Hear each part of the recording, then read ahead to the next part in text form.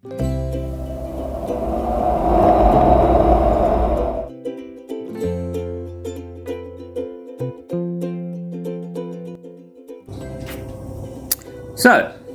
welcome to a cheeky little video. Today this is going to be an interesting one because today we're going to be doing the Australian Citizenship Test. Now, me being in Australia, I should know all of these by heart. I should. But there is some things I don't know about Australia. Believe it or not. Just because I've got an Australian hat and just because I've got an Australian hat and I'm an Aussie living in Australia, birthplace of Australia I might add as well, doesn't mean I know everything about the country. I know almost everything, but you know. So let's go. Australian Citizenship Test, let's roll. Who is the leader of the Australian government? That's an easy one. That's the Prime Minister. The King. The King can sack our government if he doesn't like what's going on, or if there's corruption. So he has got that power. The Governor General, he's a tricky one to explain. But the Prime Minister is basically our version of what a president would be in America. So the Prime Minister is our leader. What is Australia's system of government? So we don't have an authoritarian parliament.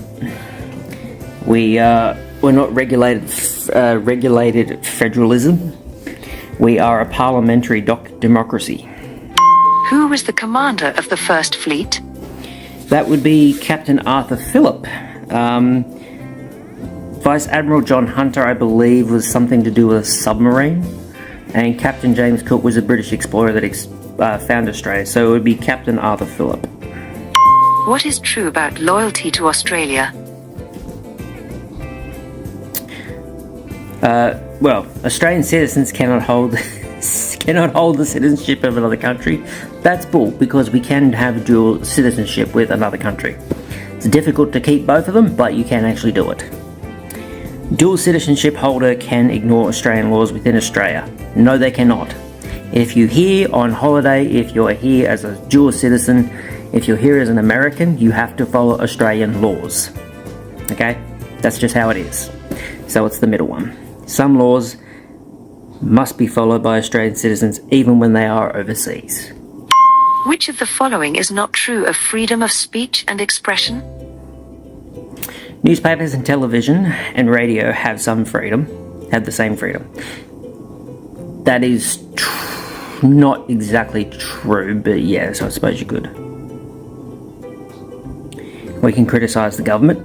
Well, that is actually true. We can criticise the government. People do it every day. Okay, so people do that every day. That's a true statement. We can make false allegations. We cannot make false allegations. We can make alleged allegations, which kind of is in the realm of the same thing, but we can make false allegations, which is not a true statement. We are all free to follow and share different beliefs and traditions, as long as your family think they're acceptable. That is a moral thing, not a freedom of belief. They exist in another country. That is stupid. So it's the logical choice, which is they do not break Australian laws. Which of the following is true? While engaging in religious practices, the laws of Australia must be obeyed. That is very true. The laws of Australia cannot interfere with religious practices. That is not true. If your religious practice is to come over here and chop someone's head off, we can interfere with that, okay? We can interfere and we can deport you and get rid of you, or put you behind bars, either way. Even if it's for religious practice, there's no such thing as bloody sacrifice anymore. Well, I suppose there is in some cultures, but not here. While engaging in religious practices, the Australian laws can be ignored. That is absolute bull, because you cannot do religious practices and go around shooting people and then ignore the law, because the law would come into hand there. The law would have superiority over religious practices. So it's the first one. While engaging in religious practices, the laws of Australia must be obeyed. Which of these statements best demonstrates Australian values about freedom of expression? People with different views from me need to keep quiet. I find that amusing. I find that one very amusing because it's absolute bull, but it's amusing. Everyone can peacefully express their opinions within the law. That is actually a true statement. Only approved topics can be discussed. Well, that's a matter of opinion as well, but it's actually the second one. What is the capital of the Australian Capital Territory? Okay, so this is going to be a tricky question for a lot of people with Australian citizenship tests. What is the capital of the Australian Capital Territory? Now, it's a trick question because most people would say, what's the capital of Australia? It's going to say what they would ignore that part. So Sydney, you could technically class as Australia's capital because it's always fought between Australia. In Australia, it's always fought between Sydney and Canberra. Multiple people say it's Canberra, other people say it's Sydney. Depends on how you grew up, I suppose, where you would say who is the capital, which is the capital, and then it's just fact. Melbourne is definitely not the capital of Australia, although it is one of the biggest prospering and states that have just gone ridiculous in construction. It is absolutely beautiful down there. If you ever get a chance to go to see Melbourne, it is gorgeous. I haven't had a chance yet, but if I ever get my chance to go see Melbourne, I'm definitely going. And fun fact for you, what is the capital of the Australian Capital Territory? So the Australian Capital Territory is a state within a state. So it's literally its own little piece of land that is inside Canberra, which I just practically gave the answer there because it's Canberra.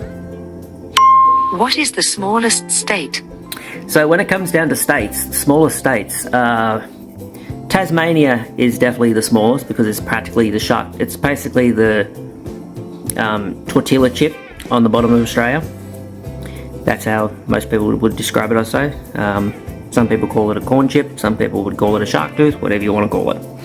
Western Australia is actually the biggest state in Australia because it covers the entire west side of Australia, and some of the bottom, and some of the south, and some of the north.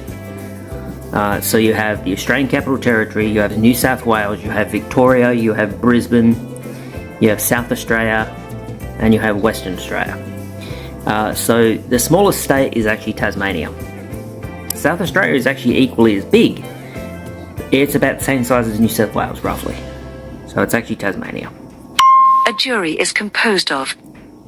So a jury is composed of ordinary men and women that are basically there to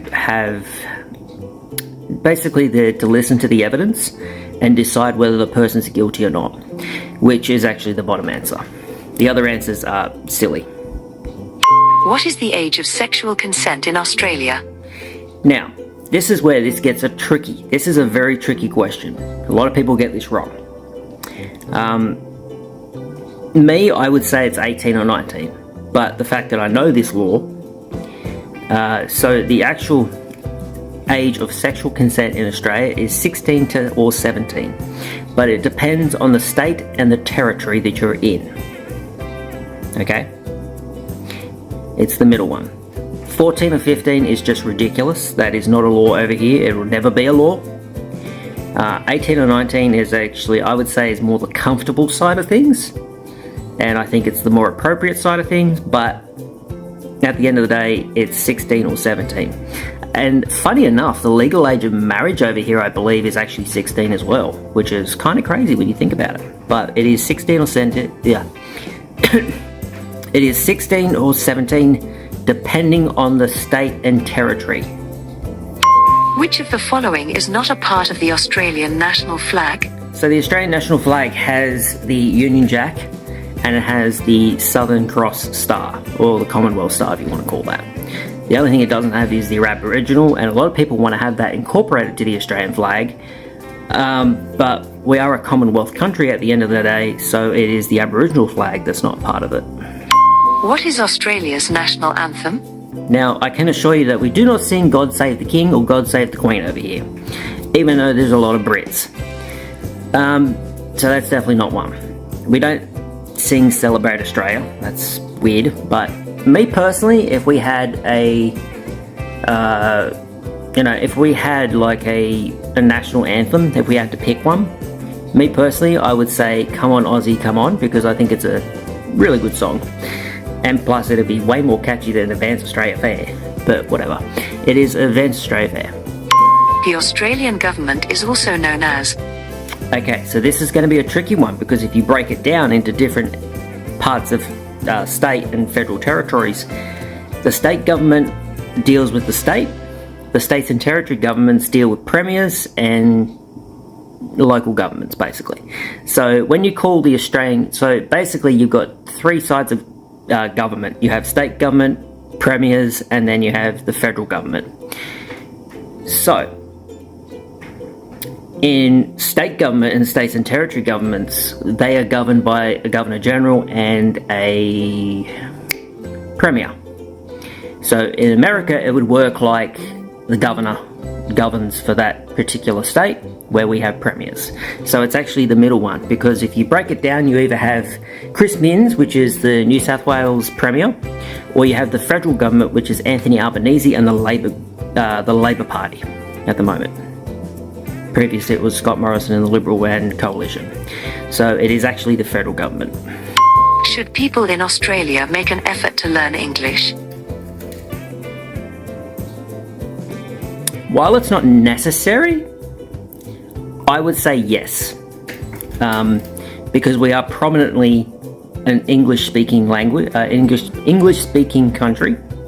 But there is, because it's a multiculturalism country, you can speak whatever you want over here.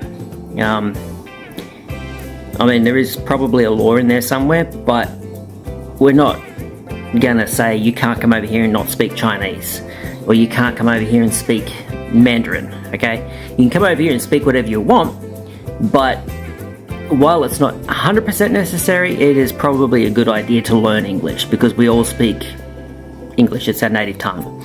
I believe our second native language would be Chinese, maybe?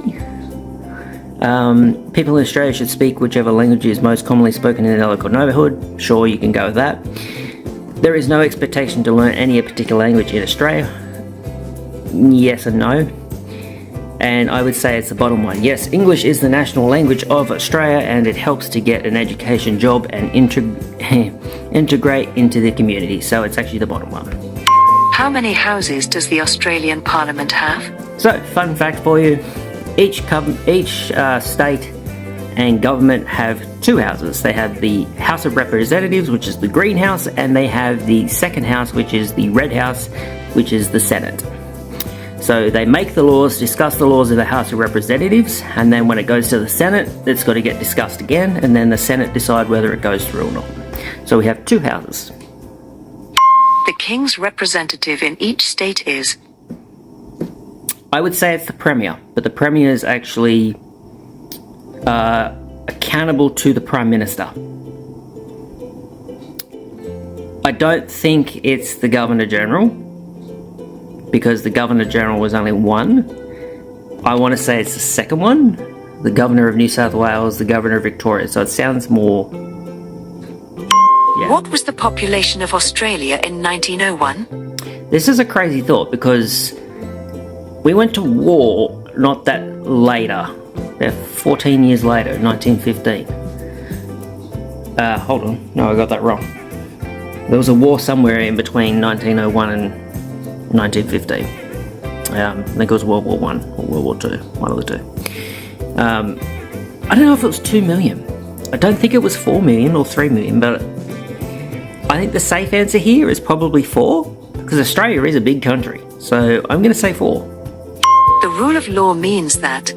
So, the rule of law means all Australians are equal under the law, whether you're a police officer, whether you're an ambulance officer, whether you're a fireman, whether you're a carpenter or a tradie.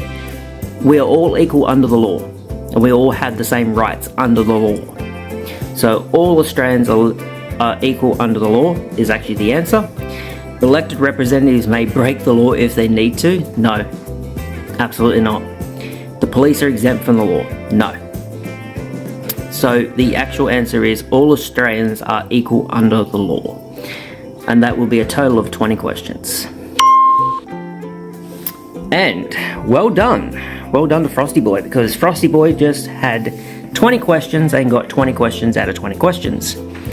You need at least 15 of these questions to actually pass to get that. And more in-depth detail around here. So these are the answers. I'm just going to quickly flick through them. Yeah. If you want to go through these tests, these are a fun little test. Like, it's fun little exercise, just test your knowledge, but also it would help you get an Australian citizenship.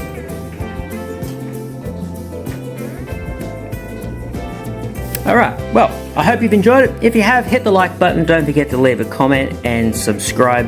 And of course, I will catch you in the next video. I'm not 100% sure what it'll be. I don't know if it'll be something cheeky like this, but you never know. Until then, hope you have a good day and stay frosty.